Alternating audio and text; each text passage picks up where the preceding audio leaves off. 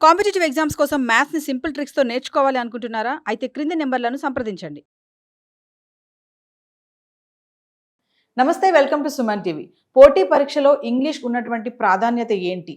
చాలామంది విద్యార్థులు ఎందుకు భయపడుతున్నారు ఇంగ్లీష్ అంటే? మరి పోటీ పరీక్షలో ఇంగ్లీష్‌లో అడిగే అంశాలపైన ప్రశ్నలు అడుగుతారు? దీనిపైన మరింత సమాచారం అందించడానికి ఈరోజు మనతో పాటు స్టూడియోలో ఉన్నారు. కాంపిటీటివ్ ఎగ్జామ్స్‌లో 27 ఇయర్స్ ఎక్స్‌పీరియన్స్‌తో ఉన్నటువంటి బి. శ్రీనివాసులు రెడ్డి గారు. సార్‌తో మాట్లాడదాం. నమస్తే సార్. నమస్తే మేడం. సార్, కాంపిటేటివ్ ఎగ్జామ్స్ చాలామంది పిల్లలు ఇయర్స్ నుంచి ప్రిపేర్ అవుతూ ఉంటారు. ఒక గ్రిప్ సాధించడానికి గవర్నమెంట్ జాబ్ కొట్టాలి అనే ఒక కళ ప్రతి ఒక్కరిలో ఉంటుంది. కమింగ్ టు ఇంగ్లీష్, నేను అన్నట్టుగా రూరల్ ఏరియాస్ నుంచి వచ్చినటువంటి పిల్లలకి చాలా భయం ఉంటుంది. ఇంగ్లీష్ ఎలా ప్రిపేర్ అవ్వాలి, ఇవన్నీ ఒక ఎత్తు అనుకుంటే సబ్జెక్ట్స్ అంతా, ఇంగ్లీష్ ఒక ఎత్తు.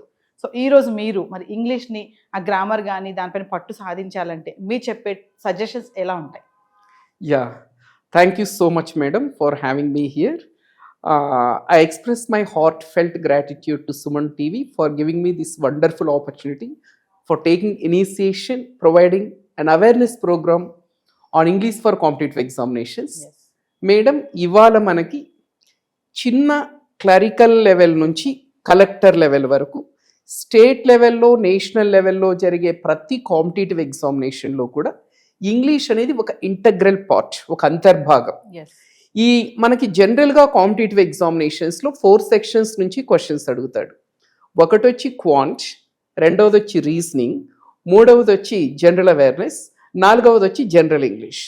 ఈ 4 విభాగాల్లో ఎక్కువ మంది కష్టంగా, క్లిష్టంగా భావించేది ఏదైనా అంటే ఎక్కువ మంది భయపడే సెక్షన్ ఏదైనా ఉందంటే దట్ ఈస్ ఇంగ్లీష్ లాంగ్వేజ్.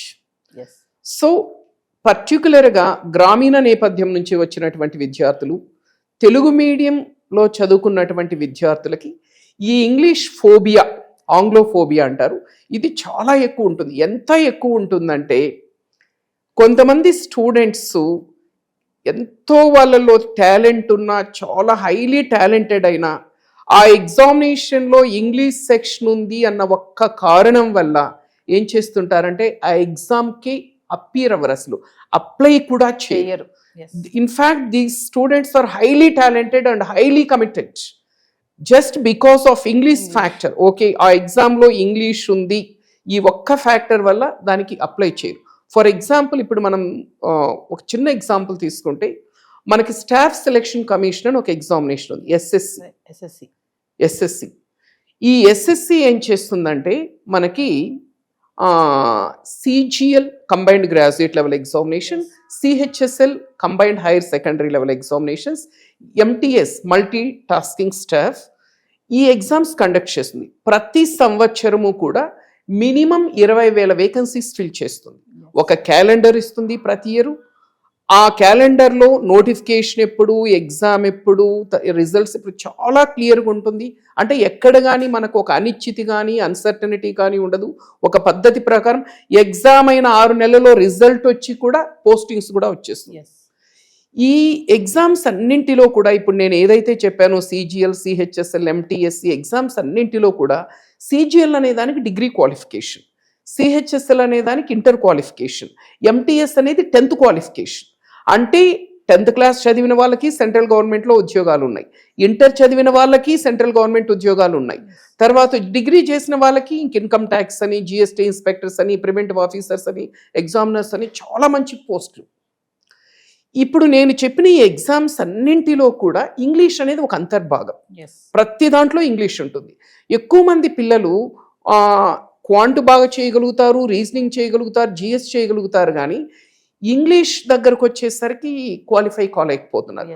కొంతమంది ఎలా ఉందంటే అసలు ఇందులో ఇంగ్లీష్ ఉంది, this is not our cup of tea అని భావించి అసలు SSCకి అప్లై కూడా చేయడం లేదు వీటికి. దీనివల్ల ఏంటంటే ఈ SSC ద్వారా ఫిల్ చేసేటువంటి వేకెన్సీస్లో సింహభాగం, line share, almost 60 to 70% of the vacancies north ఇండియాకి వెళ్ళిపోతున్నాయి.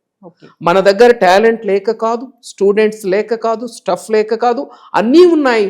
కేవలం ఇంగ్లీష్ ఒకటి అందులో ఉంది, ఇంగ్లీష్ ఉంటే మనం సక్సెస్ అవ్వమనే ఒక ఈ భయము, ఈ ఫోబియా, ఈ ఫియర్ అనేది బాగా నాటుకుపోవడం వల్ల ఏంటంటే వీటికి అప్లై చేయకపోవడం వల్ల మన స్టూడెంట్స్ ప్రత్యేకంగా తెలుగు రాష్ట్రాల వాళ్ళు అద్భుతమైనటువంటి అవకాశాలను మిస్ అవుతున్నారు. అయితే ఒక విషయం చెప్పండి సార్, ఇప్పుడు మీరు అన్నారు కదా భయం ఉంటుంది అనేసి, అంటే ఇప్పుడు కాంపిటేటివ్ ఎగ్జామ్స్ కి ఇంగ్లీష్ లో పట్టు సాధించాలి అంటే టాప్ 2 అంటే A to Z అంతా ఇంగ్లీష్ మళ్ళీ నేర్చుకోవాల్సిన అవసరం లేదని అంటారా? అంటే అందుకేనా భయపడుతున్నారు పిల్లలంతా కూడా, అమ్మో ఇంగ్లీష్ రాదు మాకు, నేను ఇది అటెంప్ట్ చేయలేనని చెప్పేసి బ్యాకప్ అవుతున్నారు అంటే ఏం చెప్తారు? ఎస్, ఇక్కడ ఏంటంటే మేడం, ఇక్కడ వాస్తవానికి ఈ కాంపిటేటివ్ ఎగ్జామ్ అంటే ఇప్పుడు మనకి, నేను ఇప్పుడు ఎస్ఎస్సి గురించి చెప్పాను కదా మేడం మీకు, ఎస్ఎస్సినే కాకుండా బ్యాంక్ ఎగ్జామినేషన్స్ ఉంటాయి, IBPS, RRB, SBI, ఇవి కాకుండా ఇంటెలిజెన్స్ బ్యూరో, IB, LIC, అంటే ఆల్మోస్ట్ స్టేట్ లెవెల్లో SI, కానిస్టేబుల్, మనం ఏ ఎగ్జామినేషన్ తీసుకున్నా అందులో ఇంగ్లీష్ అనేది ఖచ్చితంగా ఉంటుంది. ఇక్కడ ఎక్కువ మందికి ఇంగ్లీష్ అంటే భయపడడానికి కారణం ఏంటంటే ఇంగ్లీష్ పట్ల ఉన్న ఫోబియా మాత్రమే. అంటే ఇక్కడ కొన్ని వాస్తవాల కంటే అపోహలు రాజ్యమేలుతుంటాయి. అంటే చాలా మందికి ఉన్నటువంటి ఫీలింగ్ ఏంటంటే ఇంగ్లీష్ అనేది అది ఏదో చాలా చాలా క్లిష్టమైందని, అంటే ఇంగ్లీష్ మీద పట్టు సాధించాలంటే కొన్ని సంవత్సరాల తరబడి సాధన చేయాలని, ఇలా కొన్ని అపోహలు రాజ్యమేలుతుంటాయి.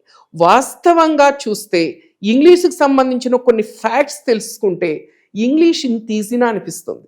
మీకు బాగా ఇష్టమైన లాంగ్వేజ్ ఒకటి చెప్పండి మేడం. మీరు? నాకు ఇంగ్లీషే sir, I'm MA English. Wow, great. Okay okay okay, అంటే మీకు బాగా ఈజీ అయిన లాంగ్వేజ్ ఒకటి చెప్పండి other than English. Telugu. Obviously Telugu కదా, మనం అందరూ కూడా తెలుగు వాళ్ళం కాబట్టి Telugu is our mother tongue. We love Telugu, we like Telugu, we speak Telugu, we respect Telugu. కానీ మీకు తెలుసా, Telugu is one of the most difficult languages in the world. నమ్మగలరా మీరు? ఇంగ్లీష్ చాలా easy madam. Telugu is one of the most difficult languages not only in India but in the world. ఈ world లో top 5 difficult languages తీసుకుంటే అందులో తెలుగు ఉంది. First Chinese language Mandarin, చాలా క్లిష్టమైన లాంగ్వేజ్. తర్వాత అరబిక్, తర్వాత జాపనీస్, తర్వాత మధ్యలో ఒకటి ఉంది, 5th ప్లేస్ లో తెలుగు ఉంది. వరల్డ్ లో, ఇండియాలో కాదు. క్లిష్టమైన వెరీ వెరీ డిఫికల్ట్ లాంగ్వేజ్. నన్ను అడిగితే తెలుగుని నేర్చుకోగలిగిన వాడు ఈ ప్రపంచంలో ఏ లాంగ్వేజ్ అయినా నేర్చుకోగలరు మేడం. Such very difficult. అంత కష్టమైన తెలుగుని నేర్చుకున్న మనకి ఇంగ్లీష్ ఆఫ్టర్ ఆల్ నథింగ్. ఎందుకంటే ఇదే మీకు అంటే నమ్మడం కొంచెం కష్టం అనిపించవచ్చు, కానీ వాస్తవం మనం కొన్ని ఫ్యాక్ట్స్ చూస్తే మనకు అర్థమవుతుంది. మనకి తెలుగులో లెటర్స్ ఎన్ని ఉంటాయి మేడం? 56 ఉంటాయి. ఇంగ్లీష్లో ఎన్ని ఉంటాయి madam? 26. Just 26. Where is 56, where is 26? పోనీ తెలుగు 56 లెటర్స్ తో ఆగుతుందా? ఈ 56 లెటర్స్ తో పాటు ఒత్తులని, సందులని, సమాసాలని, ఛందస్సుని, ఓ మై గాడ్, చాలా ఉంటాయి. Very very complicated language. అదే ఆఫ్టర్ ఆల్ ఇంగ్లీష్ అనుకోండి, జస్ట్ 26 లెటర్స్. మీరు ఇంకొకటి కూడా గమనించండి, ఇంగ్లీష్ నేను ఈజీ అనడం కోసం, అంటే ఇంగ్లీష్ పట్ల ఉన్న భయం ఎలా పోగొట్టుకోవాలనడానికి కోసం చెప్తున్నాను ఇది. ఇంకోటి కూడా చూడండి, చిన్న పిల్లలు ఇంగ్లీష్ నేర్చుకున్నంత ఫాస్ట్గా తెలుగు నేర్చుకోలేరు. మీరు గమనించారా? ఒక చిన్న పిల్లవాడికి ఇంగ్లీష్లో మొదటి అక్షరం 3 నిమిషాల్లో నేర్పించవచ్చు. ఇటొక గీత, ఇటొక గీత, ఇటొక గీత కొడితే వచ్చేస్తుంది. తెలుగులో ఫస్ట్ లెటర్ నేర్పించడం చూద్దాం, చుక్కలు కనిపిస్తాయి. ఇప్పుడు మనం LKG, UKGలోకి వెళ్ళి ఎంతమంది A to Z రాయగలుగుతారంటే ఆల్మోస్ట్ అందరు పైకి లేపుతారు చేతులు. అదే ఇప్పుడు మనం 5th క్లాస్లోకి వెళ్ళి 56 అక్షరాలు పొల్లు పోకుండా ఒక్కటి కూడా తప్పు లేకుండా రాయమని చెప్పండి చూద్దాం ఎంతమంది రాస్తారు. అంటే ఇది ఎందుకు చెప్తున్నానంటే తెలుగు నేర్చుకోగలిగిన వాడు ఇంకేదైనా నేర్చుకోగలరు. తెలుగుతో కంపేర్ చేస్తే ఇంగ్లీష్ చాలా ఈజీ. మనం మార్చుకోవాల్సింది ఏంటంటే just we need to change our perspective.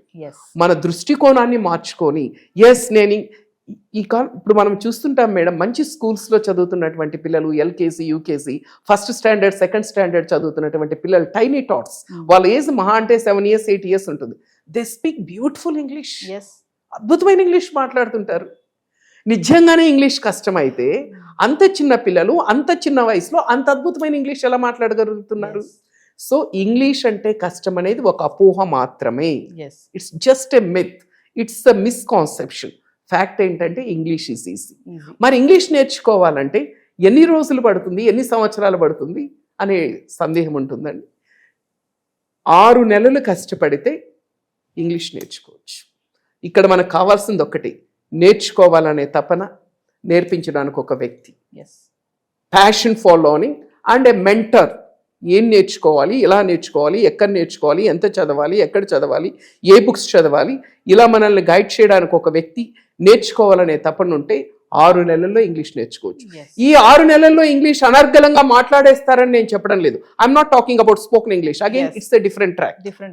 Competitive examinations లో, పోటీ పరీక్షలో మనకి ఏదైతే ఇంగ్లీష్ ఉంటుందో, ఇప్పుడు మన కాంపిటేటివ్ ఎగ్జామినేషన్స్ లో ఏముంటుంది, గ్రామర్ ఉంటుంది, వొకాబులరీ ఉంటుంది, కాంప్రహెన్షన్ ఉంటుంది. ఏ కాంపిటేటివ్ ఎగ్జామినేషన్స్ క్లర్క్ నుంచి కలెక్టర్ వరకు నువ్వు ఏది రాసినా ఇవే ఉంటుంది. ఈ మూడింటి మీద పట్టు సాధించడానికి నీకు 6 నెలల సమయం అనేది మోర్ దాన్ సఫిషియంట్. నీ మీడియం ఏదైనా, నీ బ్యాక్గ్రౌండ్ ఏదైనా, నువ్వు తెలుగు మీడియం బ్యాక్గ్రౌండ్ నుంచి వచ్చినా, ఇంగ్లీష్ మీడియం బ్యాక్గ్రౌండ్ నుంచి వచ్చినా, రూరల్ బ్యాక్గ్రౌండ్ అయినా, సిటీ బ్యాక్గ్రౌండ్ అయినా, ఏదైనా సరే ఇంగ్లీష్ నేర్చుకోవచ్చు. ఫస్ట్ ఆ భయాన్ని తొలగించుకోవాలంతే, ఆ పర్స్పెక్టివ్ మార్చుకోవాలి. Sir, coming to exam paper చూసుకుంటే సార్, అంటే ఇంగ్లీష్ పైన ఎలాంటి అంశాల పైన క్వశ్చన్స్ అడిగే ఛాన్సెస్ ఉంటాయంటారు? Excellent madam. సో మనకి ఇంగ్లీష్ అనేది మనకి స్టేట్ లెవెల్లో జరిగే SI constable examinations, DSC TET లాంటి ఎగ్జామినేషన్స్లో ఉంటుంది. నేషనల్ లెవెల్లో జరిగేటువంటి బ్యాంక్ ఎగ్జామినేషన్స్, ఐబిపిఎస్, ఆర్ఆర్బి, తర్వాత వచ్చి ఎస్బీఐ, వీటిలో ఉంటుంది. మీకు ఇంతవరకు స్టాఫ్ సెలక్షన్ కమిషన్ గురించి చెప్పాను. SSC, CGL, CHSL, CPO, steno. ఇవే కాకుండా ఎల్ఐసి ఎగ్జామినేషన్స్ కండక్ట్ చేస్తుంటుంది every year, life insurance corporation, intelligence bureau జరుగుతుంటాయి. తర్వాత వచ్చి ఇంకా చాలా ఎగ్జామినేషన్స్ ఉన్నాయి మేడం. మనం ఈ ఎగ్జామినేషన్స్ ఏవి తీసుకున్నా అందులో ఇంగ్లీష్ అనేది ఒక అంతర్భాగంగా ఉంటుంది, ఇంటెగ్రల్ పార్ట్. మనము మీకు ఇంతవరకు చెప్పిన ఎగ్జామినేషన్స్ ఏది తీసుకున్నా కూడా స్థూలంగా మనకి ఇంగ్లీష్ అనేవి 3 అంశాల నుంచే అడుగుతారు. మొదటిది వచ్చి గ్రామర్ మీద క్వశ్చన్స్ ఇస్తాడు మేడం. ఇంగ్లీష్లో వ్యాకరణం, గ్రామర్ మీద క్వశ్చన్స్ ఇస్తాడు. రెండవది వచ్చి పదజాలం, వొకాబులరీ మీద క్వశ్చన్స్ ఉంటాయి. మూడవది వచ్చి కాంప్రహెన్షన్ అంటారు. ఈ కాంప్రహెన్షన్ మీద క్వశ్చన్స్ ఉంటాయి. ఈ మూడింటి మీద మనం పట్టు సాధించగలిగితే ఇంకా మనం ఏ ఎగ్జామినేషన్ అయినా అవలీలుగా క్రాక్ చేయొచ్చు. ఎగ్జామ్ టు ఎగ్జామ్ వెయిటేజ్ మారచ్చు, మనకు కొద్దిగా స్టాండర్డ్ మారచ్చు, బట్ స్థూలంగా ఉండే టాపిక్స్ మాత్రం ఇవే ఉంటాయి. ఈ మూడింటి మీద మనం పట్టు సాధించగలిగితే we can crack any examination in India. Yes, already apply చేసిన వాళ్ళ పిల్లలు ఉన్నారు, ప్రిపేర్ అవుతున్న స్టూడెంట్స్ ఉన్నారు సార్, వాళ్ళు చూస్తుంటారు ఈ వీడియోని. మరి అలాంటి వాళ్ళలో ఇలాంటి భయాలు ఉన్న వాళ్ళకి ఇంగ్లీష్ ని ఇప్పుడు 6 months లో కాంపిటేటివ్ ఎగ్జామ్ కి సంబంధించిన ఇంగ్లీష్ నేర్చుకోవచ్చు అని చెప్తున్నారు. స్పోకెన్ ఇంగ్లీష్ పక్కన పెడితే, సో అలాంటి వాళ్ళకి టిప్స్ గానీ సజెషన్స్ గానీ ఏమి ఇస్తారు? మీరు ఆల్రెడీ ప్రిపేర్ అవుతున్న వాళ్ళకి, ఈ భయం ఉన్న స్టూడెంట్స్ కి. Yes okay, I will come one by one madam. ఇప్పుడు ఎవరైతే ఇప్పుడు ఈ ఎగ్జామినేషన్స్కి ప్రిపేర్ అవుతూ ఉంటారో, ఆల్రెడీ అప్లై చేసి ప్రిపేర్ అవుతున్న వాళ్ళు కావచ్చు, లేదంటే ఫ్యూచర్లో మనకు వరుసగా నోటిఫికేషన్స్ ఉన్నాయి, ఫ్యూచర్లో అప్లై చేసే వాళ్ళు కావచ్చు, వీళ్ళందరూ కూడా ఫస్ట్ ఏం చేయాలంటే, వీళ్ళు ఏ ఎగ్జామినేషన్కి అయితే ప్రిపేర్ అవుతున్నారో ఆ ప్రీవియస్ పేపర్స్ ఒకసారి జాగ్రత్తగా అనలైజ్ చేయాలి. జనరల్గా అనలైజ్ చేసినప్పుడు నేను ఇంతవరకు చెప్పినట్టు స్థూలంగా ఈ 3 ఉంటాయి ఇంగ్లీష్లో, కొత్తవి ఏమి ఉండవు. గ్రామర్ ఉంటుంది, వొకాబులరీ ఉంటుంది, కాంప్రహెన్షన్. వెయిటేజ్ మారుతుంది, లేదంటే క్వశ్చన్ అడిగే విధానం మారచ్చు, కానీ సిలబస్ మాత్రం అదే ఉంటుంది. ఇప్పుడు ఫర్ ఎగ్జాంపుల్ గ్రామర్ తీసుకుంటే మేడం, గ్రామర్లో మనకి 15 టాపిక్స్ ఉంటాయి మేడం. గ్రామర్లో టోటల్గా 15 టాపిక్స్ ఉంటాయి. ఈ 15 టాపిక్స్ మీద పట్టు సాధించగలిగితే ఏ ఎగ్జామ్ అయినా చాలా ఈజీగా క్రాక్ చేయొచ్చు. ఆ 15 టాపిక్స్ ఏంటంటే, మనకిప్పుడు యూసేజ్ ఆఫ్ ఇంగ్లీష్ అంటారు. మనకి ఇంగ్లీష్ని యూజ్ చేయడంలో మనం చేసేటువంటి పొరపాట్లు, వీటిని సర్దిద్దుకోవడం కోసం మనకి ఆ 15 టాపిక్స్ దేని మీద ఉంటాయంటే, మనకిప్పుడు పార్ట్స్ ఆఫ్ స్పీచ్ తీసుకుంటే ఇంగ్లీష్లో 8 పార్ట్స్ ఆఫ్ స్పీచ్ ఉంటాయి మీకు. వాటిలో ఒక ఇంటర్జెక్షన్స్ తప్పిస్తే మిగతా అన్నింటి మీద క్వశ్చన్స్ ఉంటాయి. నౌన్స్ ఒకటి, నౌన్స్ అనే చాప్టర్ ఒకటి, ప్రొనౌన్స్ ఒకటి, అడ్జెక్టివ్ ఒకటి, వర్బ్ ఒకటి, అడ్వర్బ్ ఒకటి, ప్రిపోజిషన్, కంజంక్షన్, 7 IPI. వీటితో పాటు టెన్సెస్ ఒకటి, యాక్టివ్ వాయిస్, ప్యాసివ్ వాయిస్ ఒకటి, డైరెక్ట్ అండ్ డైరెక్ట్ స్పీచ్ ఒకటి, సబ్జెక్ట్ వర్బ్ అగ్రిమెంట్ అంటారు అదొకటి. తర్వాత వచ్చి మనకి నాన్ ఫైనైట్స్ అని, క్వశ్చన్ ట్యాగ్స్ అని, ఫ్రాజల్ వర్బ్స్ అని, మనకి ఇన్వర్షన్, సూపర్ ఫ్లోస్ అని, ఇలా మొత్తం 15 అంశాలు ఉంటాయి. ఏ కాంపిటేటివ్ ఎగ్జామినేషన్స్కి వెళ్ళినా ఇవే అంశాల మీద క్వశ్చన్స్ ఇస్తాడు. వీటన్నింటిలోకి అత్యంత కీలకమైనది, అత్యంత ముఖ్యమైనది, ఫస్ట్ నేర్చుకోవాల్సింది, అర్థం చేసుకోవాల్సింది టెన్సెస్ మేడం. ఈ వర్బు టెన్స్ అనే కాన్సెప్ట్ని హార్ట్ ఆఫ్ ఇంగ్లీష్ గ్రామర్ అంటారు. మన బాడీలో మన హార్ట్కి ఎంత ఇంపార్టెన్స్ ఉంటుందో ఇంగ్లీష్ గ్రామర్లో దీనికి అంతే ఇంపార్టెన్స్ ఉంటుంది. ఇంగ్లీష్ అంటే భయపడే వాళ్ళు ఏం చేయాలంటే ఫస్ట్ నన్ను అడిగితే నేను గ్రామర్ మీద మీరు పట్టు సాధించాలంటే ఫస్ట్ వర్బు టెన్స్ గురించి చక్కగా నేర్చుకోండి. ఎందుకంటే ఈ వర్బు టెన్స్ ఎందుకు హార్ట్ ఆఫ్ ఇంగ్లీష్ గ్రామర్ అంటారంటే ఈ ఇంగ్లీష్ గ్రామర్లో ఇంతవరకు చెప్పిన 15 టాపిక్స్లో దాదాపు ఒక 7 టాపిక్స్ దీని మీద డిపెండ్ అవుతాయి. మళ్ళీ inter related active voice, passive voice, direct indirect speech, subject verb agreement, conjunctions, pronouns, అంటే ఆల్మోస్ట్ సగానికి సగం టాపిక్స్ దీని మీదనే డిపెండ్ అవుతాయి. అంటే ఈ వర్బు టెన్స్ అనే టాపిక్ని చక్కగా అర్థం చేసుకొని నేర్చుకోగలిగితే ఇప్పుడు నేను చెప్పినవన్నీ ఈజీ అయిపోతాయి. చాలా మంది ఎందుకు భయపడతారంటే ఎక్కడ మొదలు పెట్టాలనో తెలియదు పాపం. ఇప్పుడు ఫర్ ఎగ్జాంపుల్ టెన్సెస్ గురించి తెలుసుకోకుండా యాక్టివ్ వాయిస్, ప్యాసివ్ వాయిస్కి వెళ్తే ఏమీ రాదు. ఈ ఆర్డర్లో వెళ్ళనేది ఇంపార్టెంట్. కాబట్టి గ్రామర్కు సంబంధించినంత వరకు అయితే మీరు ఫస్ట్ వర్బు టెన్స్కి సంబంధించిన బేసిక్స్ ఫండమెంటల్స్ నేర్చుకొని క్షుణ్ణంగా నేర్చుకొని వర్బు టెన్స్ తర్వాత active voice, passive voice, direct indirect speech, subject verb agreement, తర్వాత వచ్చి క్వశ్చన్ ట్యాగ్స్, ఇలా మనం స్టెప్ బై స్టెప్ వెళ్తే మనకి గ్రామర్ మీద మంచి పట్టు సాధించవచ్చు. మేడం సార్ మీరు 3 థాట్స్ మీద చెప్పారు కదా, డిపెండ్ అయి ఉంటుందని చెప్పేసి, ఒకాబులరీ, గ్రామర్ అండ్ కాంప్రహెన్షన్ అని చెప్పారు. సో ఒకాబులరీ తీసుకుంటే ఇంపార్టెన్స్ దానికి కొంచెం ఎక్కువ ఉంటుంది, ప్రయారిటీ. ఒకాబులరీ మీద పట్టు సాధించాలి అంటే మీరు చెప్పే టిప్స్. వండర్ఫుల్ మేడం, చాలా మంచి క్వశ్చన్ అడిగారు. మనకి కాంపిటేటివ్ ఎగ్జామినేషన్స్లో English game changer, deciding factor అయితే ఇంగ్లీష్లో మన స్కోర్ని డిసైడ్ చేసేది వచ్చి వొకాబులరీ. ఎందుకంటే గ్రామర్ అందరు చేసేస్తుంటారు కొంచెం, ఎందుకంటే ఒక లిమిటెడ్ సిలబస్ ఉంటుంది, జస్ట్ ఆ రూల్స్ నేర్చుకుంటే చేసేయచ్చు. కానీ వొకాబులరీ అనేది ఒక ఓషన్ అంటుంటారు, మీకు తెలియని విషయం ఏం కాదు. మనం ఆక్స్ఫోర్డ్ డిక్షనరీ తీసుకుంటే 170,000 పదాలు ఉంటాయి అందులో.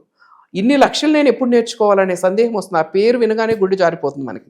బట్ భయపడద్దండి, మీకు ఆ 170,000 పదాల్లో మనకు కావాల్సిన పదాలు కేవలం ఒక 5,000 మాత్రమే. 5,000 వర్డ్స్ మీకు ఇంగ్లీష్లో కనుక తెలిస్తే మీరు ఏ కాంపిటేటివ్ ఎగ్జామినేషన్ అయినా క్లియర్ చేయొచ్చు.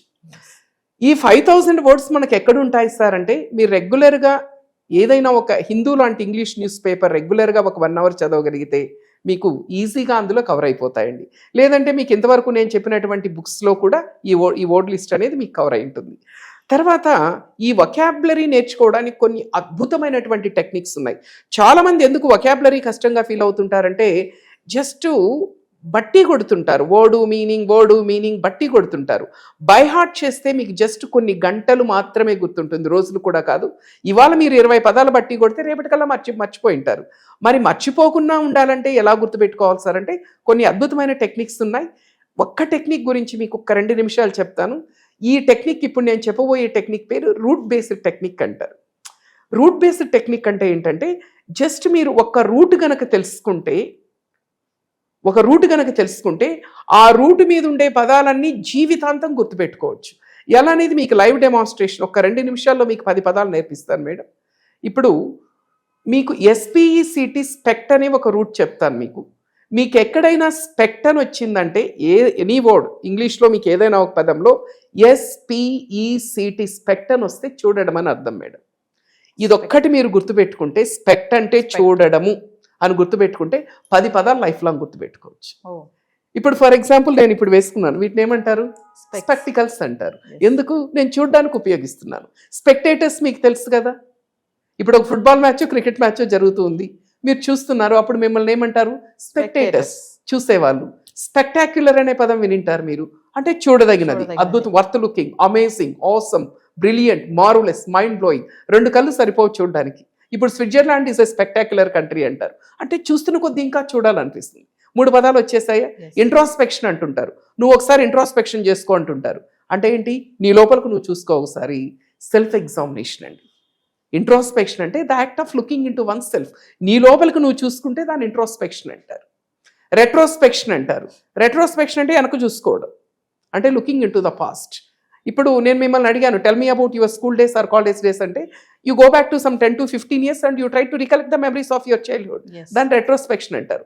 ప్రాస్పెక్టివ్ అంటారు. ప్రాస్పెక్టివ్ అంటే ఫ్యూచర్ లేక్ చూడడం. ఇప్పుడు మీరు కాంపిటేటివ్ ఎగ్జామినేషన్ ప్రిపేర్ అవుతున్నారు, అప్పుడు మిమ్మల్ని ఏమంటారంటే you are called a prospective government employee అంటారు. ఇప్పుడు కాకపోవచ్చు, ఫ్యూచర్లో అవుతారు, విత్ ఇన్ ఫ్యూ మంత్స్లో. ప్రాస్పెక్టివ్ వైఫ్ అంటారు, కాబోయే భార్య. ప్రాస్పెక్టివ్ హస్బెండ్, కాబోయే భర్త. సర్కమ్స్పెక్ట్ అంటారు, అంటే చుట్టూ చూసుకోవడం అంటే జాగ్రత్తగా ఉండడం. ఇప్పుడు ఒక సిగ్నల్ దగ్గర రోడ్డు దాటాలి, డైరెక్ట్గా బ్లైండ్గా అయితే క్రాస్ చేయం కదా, అటు ఇటు చూసి దాడతాం, దాని సర్కమ్స్పెక్ట్ అంటారు. ఓకే, పర్స్పెక్టివ్, నీ పర్స్పెక్టివ్ వేరు నా పర్స్పెక్టివ్ వేరు అంటుంటాం. నువ్వు చూసే విధానం వేరు, నేను చూసే విధానం, దృష్టికోణం. ఇలా రెస్పెక్టు, సస్పెక్టు, దాదాపు 10 పదాల పైన వచ్చేసాయి. ఈ విధంగా దీని రూట్ బేస్డ్ టెక్నిక్ అంటారు. సో ఫైనల్ గా మరి మేడం. ఇంగ్లీష్ మీద పట్టు సాధించాలంటే మేడం, మీరు రిఫర్ చేసే బుక్స్ ఏమన్నా ఉన్నాయా? Yes, very good madam. So ఈ గ్రామర్కి సంబంధించి మామూలుగా ట్రెడిషనల్ గ్రామర్ బుక్స్ వేరు. ఇప్పుడు మనకి ట్రెడిషనల్ గ్రామర్ బుక్స్లో గ్రామర్ బుక్ అంటే రెన్ అండ్ మార్టిన్ గుర్తొస్తుంది ఎవరికైనా. మేము చిన్నగా ఉన్నప్పటి నుంచి కొన్ని అంటే ఆల్మోస్ట్ ఒక 60-70 ఇయర్స్ నుంచి ఉన్న బుక్ రెన్ అండ్ మార్టిన్. కానీ పోటీ పరీక్షలకు ఆ బుక్ పనికిరాదు, ఎందుకంటే అందులో ట్రెడిషనల్ గ్రామర్ ఉంటుంది. ట్రెడిషనల్ గ్రామర్ అనేది మన కాంపిటేటివ్ ఎగ్జామినేషన్స్లో వర్కౌట్ అవ్వదు. మనకి పోటీ పరీక్షల్లో అడిగే గ్రామర్ మీద అడిగే క్వశ్చన్స్ మనము ఆన్సర్ చేయాలంటే మనము కొంచెం స్టాండర్డ్ ఆథర్స్ ఉంటారు మేడం. ఇప్పుడు ఫర్ ఎగ్జాంపుల్ మనము తీసుకుంటే English grammar by Neetu Singh అని ఒక బుక్ దొరుకుతుంది. English grammar by Neetu Singh, Delhi based, చాలా మంచి బుక్. 2 వాల్యూమ్స్ ఉంటాయి, వాల్యూమ్ 1, వాల్యూమ్ 2 అని. తర్వాత వచ్చి objective English by S P Bakshi. ఈ 2 కూడా రిలయబుల్ బుక్స్. దేనికంటే గ్రామర్ నేర్చుకోవడం కోసం, అంటే బేసిక్స్ నుంచి ఫండమెంటల్స్ నుంచి గ్రామర్ నేర్చుకోవడానికి ఈ 2 కూడా ఉపయుక్తంగా ఉంటాయి స్టూడెంట్స్కి. వీటిలో గ్రామర్తో పాటు వొకాబులరీ కూడా, అవి కూడా అన్నీ కూడా కవర్ చేయడం జరిగింటుంది. తర్వాత మనకి పోటీ పరీక్షలు అన్నింటిలో కూడా సబ్జెక్ట్ నేర్చుకోవడం ఒక ఎత్తు అయితే ప్రాక్టీస్ ఇంకొక ఎత్తు. ఎందుకంటే మనము పోటీ పరీక్షల్లో 36 సెకండ్లో ఒక క్వశ్చన్ ఆన్సర్ చేయాలి మేడం. ఇప్పుడు ఎస్ఎస్సి లాంటి ఎగ్జామినేషన్ తీసుకుంటే మనకు 100 క్వశ్చన్లు ఇస్తాడు, 60 నిమిషాలు ఇస్తాడు మేడం టైం. అంటే 60 నిమిషాల్లో 100 క్వశ్చన్లు అంటే 36 సెకండ్లు వస్తుంది ఒక్కొక్క క్వశ్చన్కి. అంటే 36 సెకండ్లో ఆన్సర్ చేయాలంటే చాలా సాధన అవసరం, ప్రాక్టీస్ చేయాలి. ఈ ప్రాక్టీస్ కోసం మళ్ళీ వేరే బుక్స్ ఉంటాయి. మీకు ప్రాక్టీస్ కోసం పినకిల్ అని ఒకటి దొరుకుతుంది, PINNACLE, పినకిల్ సిరీస్ అని దొరుకుతుంది. అది తీసుకుని దాంట్లో అంటే ఒక్కొక్కటి, ఇప్పుడు టెన్సెస్ తీసుకున్నాం, దాని మీద ఒక 200-300 క్వశ్చన్లు, voice, active voice, passive voice తీసుకున్నాం, ఒక 500-600 క్వశ్చన్లు ఉంటాయి. ఇందులో ఇంతవరకు నేను చెప్పిన బుక్స్లో కాన్సెప్ట్ నేర్చుకుంటూ ఈ బుక్స్లో ప్రాక్టీస్ చేసుకుంటే చక్కగా 6 monthsలో ఈజీగా దాని మీద పట్టు సాధించవచ్చు. Thank you sir. కాంపిటేటివ్ ఎగ్జామ్లో ఇంగ్లీష్కి ఉన్నటువంటి ప్రాధాన్యత చాలా చక్కగా తెలియజేస్తారు, దాని డౌట్స్ క్లియర్ చేశారు, భయం ఎలా ఉంటుంది, ఎలా ప్రాక్టీస్ చేయాలి అనేది. Yes madam, thank you so much.